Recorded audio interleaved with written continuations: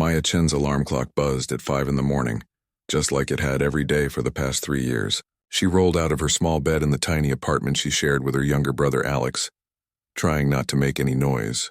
The walls were thin and Alex needed his sleep. He had another round of physical therapy scheduled for later that afternoon. She walked quietly to the kitchen and started the coffee maker. The familiar sound brought her some comfort in the early morning silence. While waiting for the coffee to brew, Maya looked at the stack of medical bills on the kitchen counter. Even with insurance, the costs kept piling up. Alex's accident had left him with nerve damage in his legs, and the specialist treatments weren't cheap. Maya had been working double shifts at the Grandview Country Club for months now. The pay was decent, especially with tips, but it meant she was on her feet from 6 in the morning until nearly midnight most days. The country club was one of those places where rich people came to eat expensive food and talk about their expensive problems. Maya didn't mind serving them, but sometimes their attitudes made her job much harder than it needed to be. She grabbed her work uniform from the closet and got dressed quickly. The black pants and white shirt were simple enough, but the country club required everything to be perfectly pressed and spotless. Maya had learned to iron her uniforms the night before, even when she was exhausted. Getting sent home for a wrinkled shirt meant losing a day's pay, and she couldn't afford that. Before leaving, Maya peeked into Alex's room. Her 20-year-old brother was sleeping peacefully, his medications helping him rest better these days. She left a note on the kitchen table reminding him about his appointment and telling him there was leftover soup in the fridge for lunch. The drive to Grandview Country Club took 20 minutes through the wealthy part of town. Maya always felt a little out of place driving her old Honda through neighborhoods where every house looked like a mansion. The country club itself was even more impressive, with perfectly maintained gardens, a golf course that stretched for miles, and a main building that looked like something from a movie. Maya parked in the employee lot behind the kitchen and walked through the service entrance. The country club was already bustling with activity. The kitchen staff was preparing for the breakfast crowd, and the maintenance crew was setting up tables on the terrace for an afternoon event. "Morning, Maya," called out Roberto, one of the cooks. He had been working at the club for 15 years and knew everyone's story. "Heard there's a big party tonight. Birthday celebration for one of the members." Maya nodded as she tied her apron. She had seen the event schedule yesterday. William Sterling, one of the club's most prominent members, was throwing himself a 50th birthday party in the main ballroom. That meant the restaurant would be busy all day with preparations, and Maya would probably be working until well after midnight. The morning shift started like any other. Maya served breakfast to the early golfers and the business people who came in for meetings. The country club attracted a certain type of wealthy client, and most of them were polite enough. They left decent tips and didn't cause too much trouble, but William Sterling was different. Maya had been serving him for 3 years, and he never missed an opportunity to remind the staff that he was better than them. He would snap his fingers to get attention, complain about perfectly good food just to watch people scramble to fix problems that didn't exist, and make comments about how some people should be grateful for any job they could get. Sterling owned a chain of luxury hotels and had the kind of money that made him think he could treat people however he wanted. Maya had heard other staff members talking about him in the break room. Everyone had stories about his rude behavior, but complaining wouldn't do any good. Sterling was friends with the club's board members, and his monthly bills alone probably paid several employees' salaries. Around noon, Sterling arrived for lunch with a group of business associates. Maya watched from across the dining room as another server, Jessica, took their table. Sterling was already being difficult, sending back his water glass because it had water spots and complaining that the table was too close to the window. Maya felt sorry for Jessica, who was new to the job and still learning how to handle demanding customers. The young woman looked stressed as she tried to accommodate Sterling's requests. Maya made a mental note to help Jessica with any other tables she might need to handle that day. The afternoon flew by with preparation for Sterling's birthday party. The event staff transformed the main ballroom into something that looked like a scene from a fairy tale. There were fresh flowers everywhere, crystal chandeliers sparkling overhead, and in the center of it all, a beautiful grand piano that the club used for special occasions. Maya had always admired that piano. It was a gorgeous black Steinway that probably cost more than she would make in 5 years. Sometimes when the ballroom was empty and she was cleaning nearby, Maya would stop and look at it. The piano reminded her of better times, when life had been simpler and full of different kinds of dreams. As the evening approached, Maya changed into the formal uniform required for special events. The black dress and white apron made all the servers look professional in uniform. Maya's station manager, Patricia, gathered the evening crew for a brief meeting. "This is a big night," Patricia explained. "Mr. Sterling has invited 50 guests and he's paying premium for everything to be perfect. I want everyone on their best behavior. No mistakes, no delays, and remember that Mr. Sterling likes things done exactly his way." Maya and the other servers nodded. They all knew what Patricia meant. Sterling would be watching everything, ready to complain about any small problem. But the tips from events like this could be substantial, and Maya needed every dollar she could earn. By 7 o'clock, the guests began arriving. Maya stationed herself near the ballroom entrance, ready to take drink orders and help with anything the guests might need. The party was exactly what she expected from Sterling's crowd. Expensive suits, designer dresses, and conversations about business deals and vacation homes. Sterling himself looked pleased with the turnout. He was wearing a custom tuxedo and greeting guests with the kind of confidence that came from never having to worry about money. Maya watched him from across the room, noting how he commanded attention wherever he went. The evening progressed smoothly at first. Maya served drinks and appetizers, making sure every guest had what they needed. The party was loud and festive, with people laughing and socializing around the beautifully decorated ballroom. But as the night went on, Maya noticed Sterling watching her more closely than usual. Every time she passed near his group, he seemed to be studying her with a strange expression. She couldn't tell if he was planning something or just making sure she was doing her job properly. Maya tried to stay focused on her work, but something about Sterling's attention made her uncomfortable. She had learned to trust her instincts about difficult customers, and right now, those instincts were telling her that this night might not end as smoothly as it had started. As the evening progressed, Maya noticed that William Sterling was drinking more than usual. His voice got louder with each glass of champagne, and his laugh became more forced and theatrical. The birthday celebration was clearly going to his head, and Maya had learned from experience that wealthy men with too much alcohol often meant trouble for the staff. Sterling was holding court near the center of the ballroom, surrounded by his closest friends and business partners.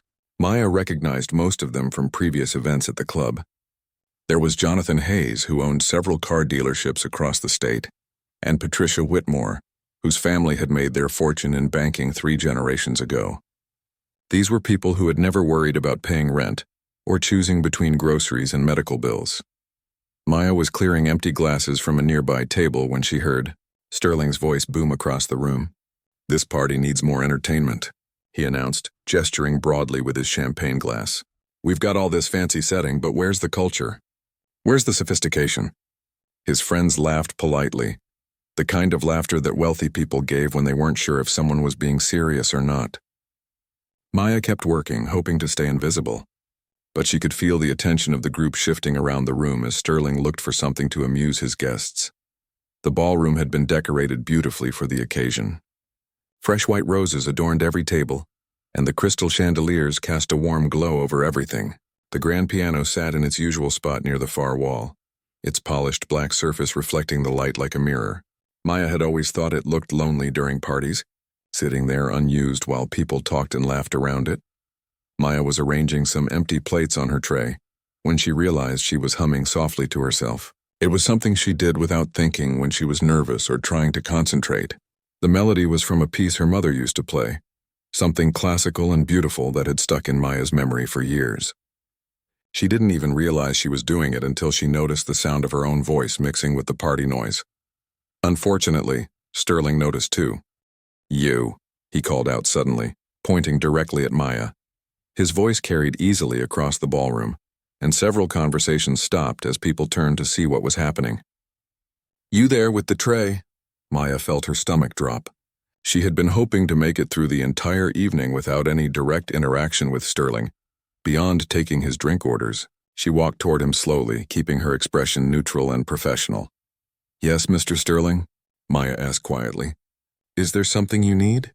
Sterling's eyes had a gleam in them that Maya didn't like. It was the look he got when he was planning something that would make other people uncomfortable. She had seen that expression before, usually right before he decided to send back a perfectly good meal or complain about service that had been flawless.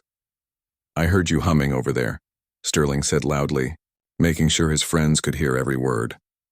"You seem to have an appreciation for music." "That's interesting." Maya felt heat rising in her cheeks. She hadn't realized her humming had been loud enough for anyone to notice, especially not from across the room. "I apologize if I was being disruptive," she said carefully. "I didn't mean to disturb your celebration." "Disruptive?" "No, no, no." Sterling waved his hand dismissively. "I think it's wonderful when people from your background have interests in the finer things. Culture shouldn't just be for people like us after all."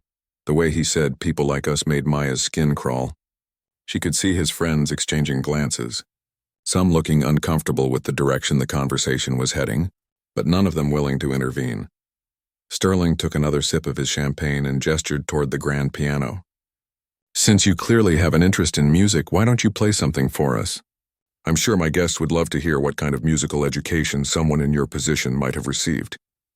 The request hit Maya like a physical blow. She could feel every pair of eyes in the room turning toward her, could sense the expectation and anticipation building among Sterling's guests. Some of them looked genuinely curious, but others had the same cruel anticipation that Sterling was displaying. They were expecting entertainment at her expense. "Mr. Sterling, I really don't think that would be appropriate," Maya said as politely as she could manage. "I'm working and I don't want to take time away from serving your guests." "Nonsense." Sterling's voice grew even louder. "It's my birthday party and I want to hear you play. Besides, good service is about making the customers happy, isn't it? And right now, it would make me very happy to hear you demonstrate your musical talents." Maya felt trapped. She knew that refusing Sterling's request could cost her the job, especially with him making such a public spectacle of it. But the thought of sitting at that beautiful piano in front of all these wealthy strangers, knowing they expected her to embarrass herself, made her feel sick. "I'm not really much of a player." Maya tried one more time. "I wouldn't want to ruin your party with amateur hour." Sterling's smile became sharper, more predatory. "Oh, I'm sure you'll do just fine. And if you're not comfortable playing, well, perhaps you're not comfortable working here either." The threat was subtle, but clear. Maya looked around the room and saw that every guest was now watching the exchange with interest. Some looked embarrassed by Sterling's behavior, but Maya knew that embarrassment wouldn't translate into anyone actually standing up for her. These people might disapprove of Sterling's methods, but they wouldn't risk their social standing to defend a waitress. Jonathan Hayes cleared his throat uncomfortably. "William, maybe we should just get back to the party. I'm sure the young lady has work to do." But Sterling was clearly enjoying himself too much to stop now. "No, no, Jonathan. This is perfect. We've got this beautiful piano just sitting there, and we've discovered that one of our servers has musical aspirations. It's like fate." He turned back to Maya with an expression that made her stomach turn. "Go on, then. Show us what you can do. I'm sure it will be educational for everyone involved." Maya realized that she had run out of options. Sterling had maneuvered her into a position where refusing would definitely cost her job, but playing might result in public humiliation that would be even worse. She thought about Alex at home, probably doing his physical therapy exercises, depending on her income to pay for his treatments. She thought about the stack of medical bills on their kitchen counter, and the rent that would be due next week, and all the reasons why she couldn't afford to lose this job, no matter how much Sterling's request humiliated her. "All right," Maya said quietly. "I'll play something." The room erupted in murmurs of excitement and anticipation. Sterling clapped his hands together, clearly delighted with his success in cornering her. "Wonderful. Everyone gather around. This should be quite a show." Maya set down her tray on a nearby table and walked slowly toward the piano. Each step felt like it took forever, and she could feel the weight of everyone's expectations pressing down on her shoulders. She knew what they were thinking. They expected her to stumble through Happy Birthday, or maybe attempt some simple song that everyone would recognize. They expected her to fail, to provide them with a few minutes of awkward entertainment before they could all go back to their champagne and their conversations about golf and stock portfolios. Maya reached the piano bench and sat down carefully. The ballroom had grown quiet, except for the soft murmur of voices as Sterling's guests positioned themselves to get a better view. She could see Sterling standing near the front of the crowd, his arms crossed and his expression smug with anticipation. Maya placed her hands on the keys and took a deep breath. The piano was perfectly tuned, she could tell immediately. It was a beautiful instrument that deserved to be played properly. As she sat there, feeling the smooth ivory beneath her fingers, something shifted inside her. For just a moment, she forgot about Sterling and his cruel game. She forgot about the watching crowd and their expectations of her failure. She thought instead about her mother, about long afternoons spent learning to play, about dreams that had once seemed possible before life got in the way. Maya closed her eyes and began to play. The first notes that came from the piano were soft, almost hesitant. Maya's fingers moved across the keys with careful precision, and for a moment it seemed like the crowd's expectations might be right. The melody was quiet and simple, and some of Sterling's guests exchanged knowing glances. This was going exactly as they had predicted. But then something changed. Maya's hands found their confidence, and suddenly the simple melody transformed into something far more complex. The notes began to flow together in ways that made the entire ballroom feel different. What had started as a basic tune was revealing itself to be the opening of Chopin's Ballade No. 1 in G minor, one of the most challenging pieces in classical piano literature. The conversations around the room died away completely. People who had been chatting while waiting for Maya to embarrass herself found their words caught in their throats. Even the servers who had been quietly working in the background stopped what they were doing to listen. Maya's playing was not just technically correct, it was magnificent. Her fingers danced across the keys with the kind of precision that took years of serious training to develop. Every note was crystal clear. Every phrase was perfectly shaped, and the timing was absolutely flawless. But more than that, there was something deeply emotional in the way she played that made the music feel alive. Sterling's smug expression began to fade as he realized that his plan was not going the way he had intended. Instead of watching a waitress fumble through a simple song, he was witnessing a performance that belonged on the stage of Carnegie Hall. His friends, who had been expecting to share in his cruel joke, were now staring at Maya with something that looked like awe. The music filled every corner of the ballroom, and Maya seemed to forget that anyone was watching. Her eyes were still closed and her entire body moved with the rhythm of the piece. It was clear that this was not some party trick she had learned to impress people. This was the real thing. Maya was a trained pianist and an extraordinarily talented one.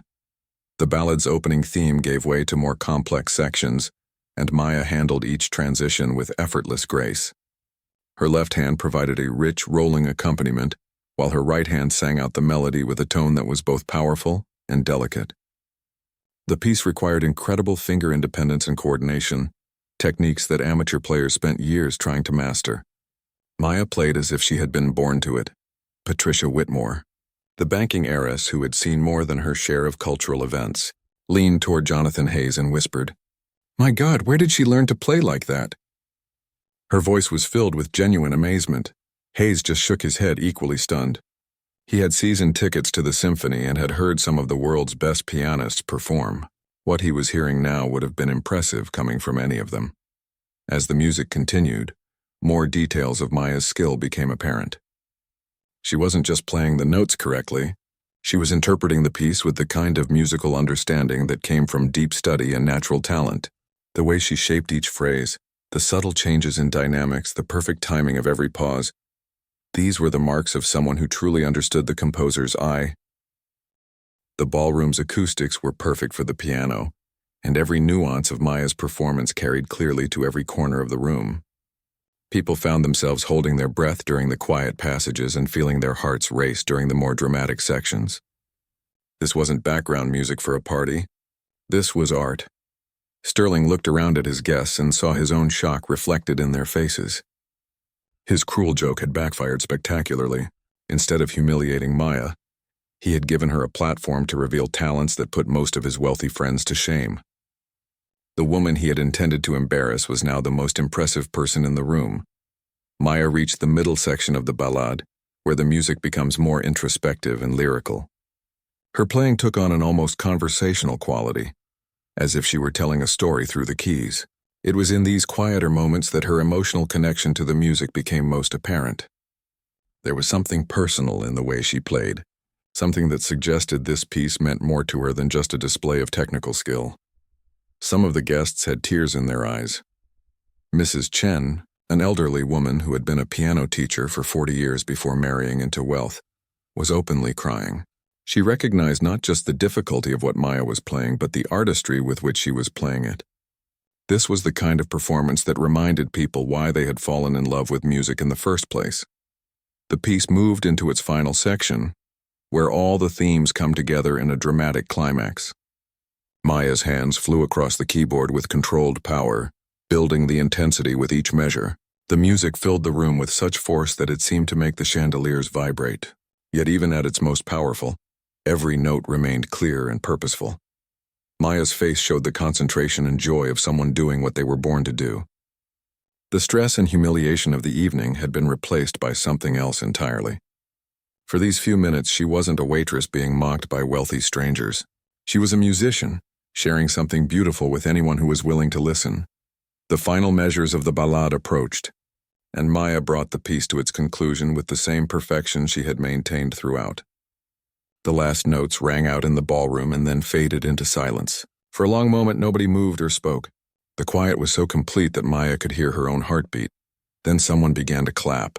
It was Mrs. Chen, the retired piano teacher, who started the applause. Her clapping was slow and deliberate, the kind of appreciation that classical musicians receive after truly exceptional performances. Within seconds, others joined in, and soon the entire ballroom was filled with applause that was entirely different from the polite clapping that usually accompanied country club entertainment. This was the kind of applause that acknowledged witnessing something special. People were not just being polite. They were genuinely moved by what they had heard. Several guests were on their feet, giving Maya a standing ovation that she had never expected to receive in this setting. Maya opened her eyes and looked out at the crowd for the first time since she had started playing. The faces she saw were not what she had expected. Instead of the cruel amusement or embarrassed pity she had anticipated, she saw respect, admiration, and genuine emotion. People were looking at her differently now, not as the waitress who had been forced to perform, but as the artist who had just given them an unforgettable experience. Sterling stood frozen in place, his mouth slightly open, clearly struggling to process what had just happened. His plan to humiliate Maya had not just failed, it had revealed her to be more talented and cultured than anyone in the room, including himself. The man who had wanted to put her in her place had instead lifted her up for everyone to see. Patricia Whitmore was the first to approach the piano. She walked toward Maya with the careful respect usually reserved for meeting celebrities or dignitaries. "That was absolutely extraordinary," she said, her voice filled with genuine admiration. "I have to ask, where did you study?" "That performance was professional level. Beyond professional level, actually." Maya stood up from the piano bench, still somewhat stunned by the reaction. She had not expected the evening to go this way. What had started as a humiliating demand had somehow turned into one of the most meaningful musical experiences she had had in years. Maya started to answer, but found that her voice was not quite steady. The emotions of the performance, combined with the unexpected response from the audience, had left her feeling overwhelmed in the best possible way. Before she could continue, Mrs. Chen reached the piano as well. The elderly woman's eyes were still bright with tears, and she was looking at Maya with an expression of wonder and recognition that made Maya's heart skip a beat. "My dear," Mrs. Chen said softly, "that was one of the most beautiful performances of that piece I have ever heard. And I've heard Rubinstein play it in person." She paused, studying Maya's face carefully. "You have conservatory training, don't you? That kind of interpretation doesn't come from nowhere." Maya felt her composure beginning to crack. The kindness in the older woman's voice, the genuine appreciation from the crowd, and the memories that playing the piece had stirred up were all combining to create an emotional moment that she had not been prepared for. "I did," Maya said quietly. "A long time ago." The words hung in the air between Maya and Mrs. Chen like a bridge waiting to be crossed. Maya could see the older woman's eyes light up with understanding and curiosity. Around them, the crowd had quieted again, sensing that there was more to this story than anyone had realized. "A long time ago," Mrs. Chen repeated gently. "But talent like that doesn't just disappear, dear. You don't play Chopin with that level of artistry unless you've spent years perfecting your craft. Where did you train? Maya felt her throat tighten. She hadn't talked about this part of her life in years. Most people at the country club knew her only as a hard-working waitress who always showed up on time and never complained. They had no idea about the person she used to be, or the dreams she had given up. I was accepted to Juilliard, Maya said quietly. Full scholarship. I was supposed to start my master's program 8 years ago. The reaction around the room was immediate. Several people gasped audibly. Even Sterling, who had been standing frozen since Maya's performance ended, seemed to snap back to attention. Juilliard was a name that everyone in the room recognized, even if they weren't particularly musical. It was the most prestigious music school in the country, maybe in the world. Patricia Whitmore's hand went to her chest in surprise. Juilliard? My goodness, that's incredible. But what happened? Why didn't you go? Maya glanced around at all the faces watching her expectantly. These people lived in a world where children went to the best schools automatically, where family money solved most problems before they even became serious. They couldn't imagine the kind of choice she had been forced to make. My mother got sick, Maya said simply. Cancer. She had been my piano teacher since I was 5 years old. She was the one who helped me get good enough for Juilliard in the first place. But when she was diagnosed, someone needed to take care of her, and someone needed to work to pay for her treatments. The silence in the room was different now. It wasn't the expectant quiet of people waiting for entertainment. It was the heavy silence of people who were beginning to understand that they had stumbled into something much more serious than they had bargained for. Mrs. Chen's eyes were bright with unshed tears. You gave up Juilliard to take care of your mother. Maya nodded. My dad had left when I was 12. It was just me, my mom, and my little brother Alex. Alex was only in middle school when Mom got diagnosed. I couldn't leave them. The scholarship would have covered tuition, but not living expenses for all of us. And Mom needed someone with her during the treatments. Jonathan Hayes cleared his throat awkwardly. How long was she sick? 3 years, Maya answered. I kept thinking maybe I could defer the scholarship, maybe reapply later when things got better. But Juilliard doesn't hold spots forever. And to be honest, after a while, it started to feel like a different life anyway. Something that had happened to someone else. The crowd was hanging on every word now. Even the servers who had continued working during Maya's performance had stopped what they were doing to listen. This was not the kind of story these wealthy club members usually heard at their social events. And your mother? Patricia asked softly. Maya's smile was sad but peaceful. She died 5 years ago. The last thing she made me promise was that I wouldn't give up music entirely. She said it was too much a part of who I was. Maya looked back at the piano. I still play sometimes at home, but it's different when it's just for yourself. Mrs. Chen stepped closer to Maya. And your brother? You mentioned him when you said Alex was in middle school. He's 20 now, Maya said. And for the first time since she started talking, her voice took on a warmer tone. He was in a car accident 2 years ago. Nerve damage in his legs. He's getting better slowly, but the physical therapy is expensive. That's why I work double shifts here. Between his treatments and just regular bills, I need every hour I can get. The picture was becoming clearer for everyone in the room. Maya wasn't just a waitress who happened to have musical talent. She was a conservatory-level pianist who had sacrificed her career to care for her family. Not once, but twice. The woman Sterling had tried to humiliate for his entertainment had given up more for love than most people in that room would ever be asked to sacrifice. Sterling himself looked like he wanted to disappear. His face had gone through several different shades of red during Maya's story, and now he was pale and clearly uncomfortable. The cruel joke he had orchestrated had revealed him to be not just mean-spirited, but completely wrong about the person he had targeted. So you've been working here for 3 years, Patricia said, supporting your brother's medical care, and none of us had any idea that you were a trained classical pianist. Maya shrugged. It's not something that usually comes up when you're taking drink orders. And honestly, it feels like a different lifetime sometimes. That person who was going to study at Juilliard, who was going to maybe perform with symphonies or teach at a university, she feels like someone I used to know. Mrs. Chen shook her head firmly. No, dear. That person is still you. What we heard tonight proved that. You don't play with that kind of emotion and understanding unless music is still very much alive inside you. Several other guests nodded in agreement. David Kim, who owned a chain of art galleries, stepped forward. Mrs. Chen is right. I've attended concerts by world-famous pianists who didn't move me the way your performance did tonight. That wasn't someone playing a piece they learned years ago. That was someone who understands music at a level that most people never reach. Maya felt overwhelmed by the attention and the kindness. She had expected this evening to be one of the worst experiences of her working life. Instead, she was surrounded by people who were treating her with more respect and genuine interest than she had received in years. The thing is, Maya continued, I don't regret the choices I made. Taking care of my mother, helping Alex through his recovery.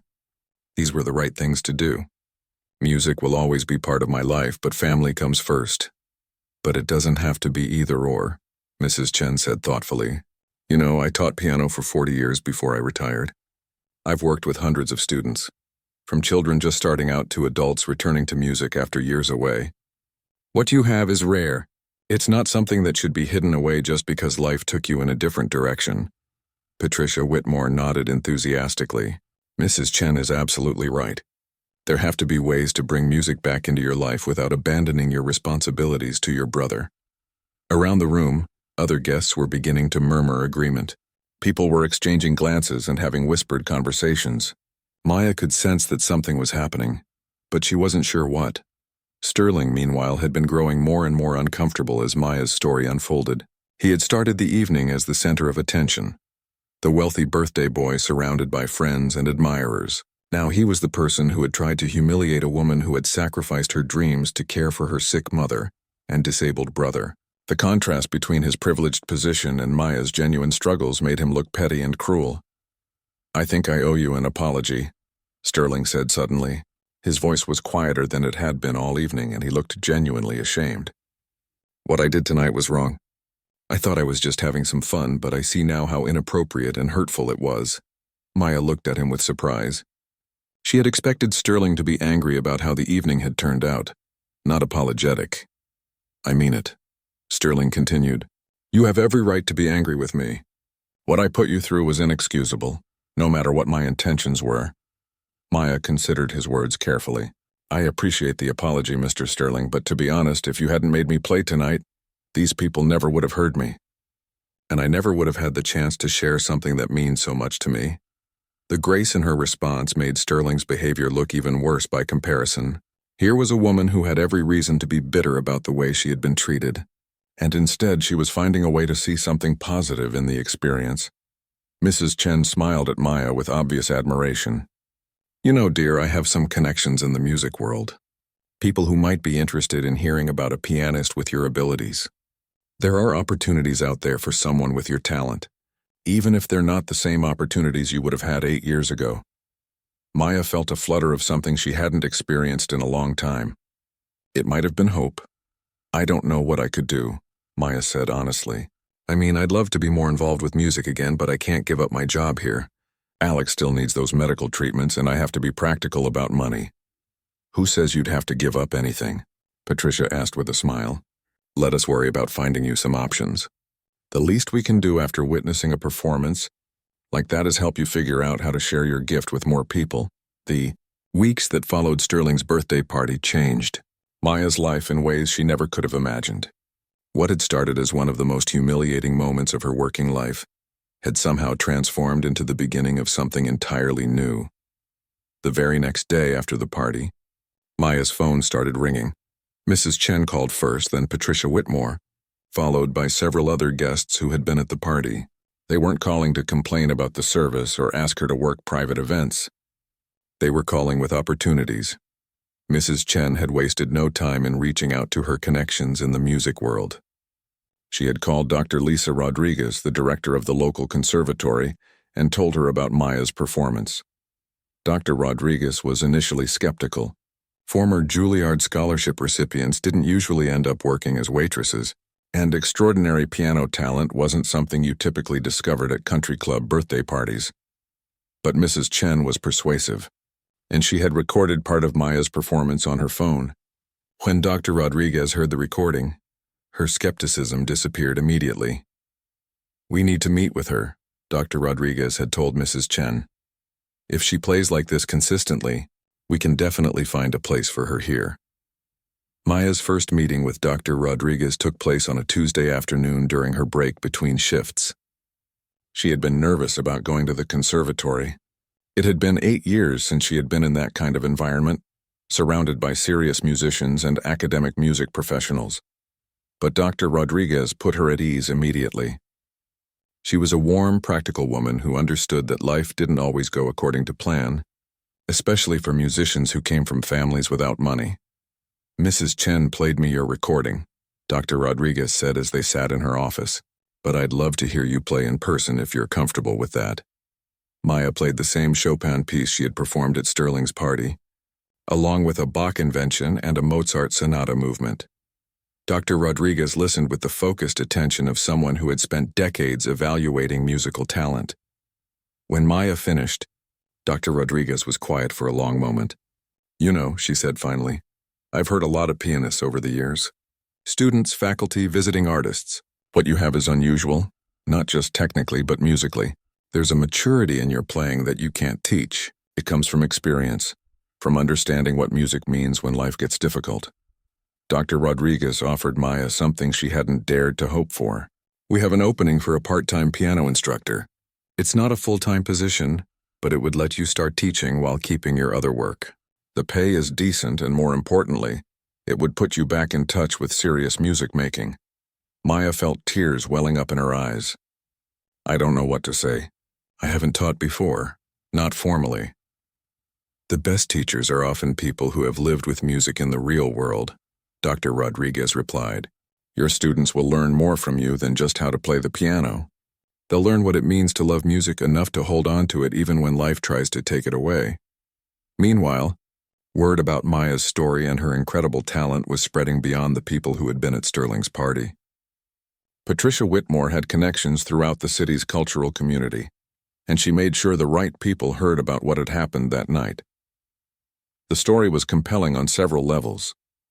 Here was a woman who had given up her shot at a prestigious musical career to care for her sick mother, who was now working multiple jobs to support her disabled brother's medical treatments, and who had revealed extraordinary talent in the most unexpected circumstances. It was the kind of story that people wanted to help with. Within 2 weeks, Patricia had organized something she called the Maya Chen Music Fund.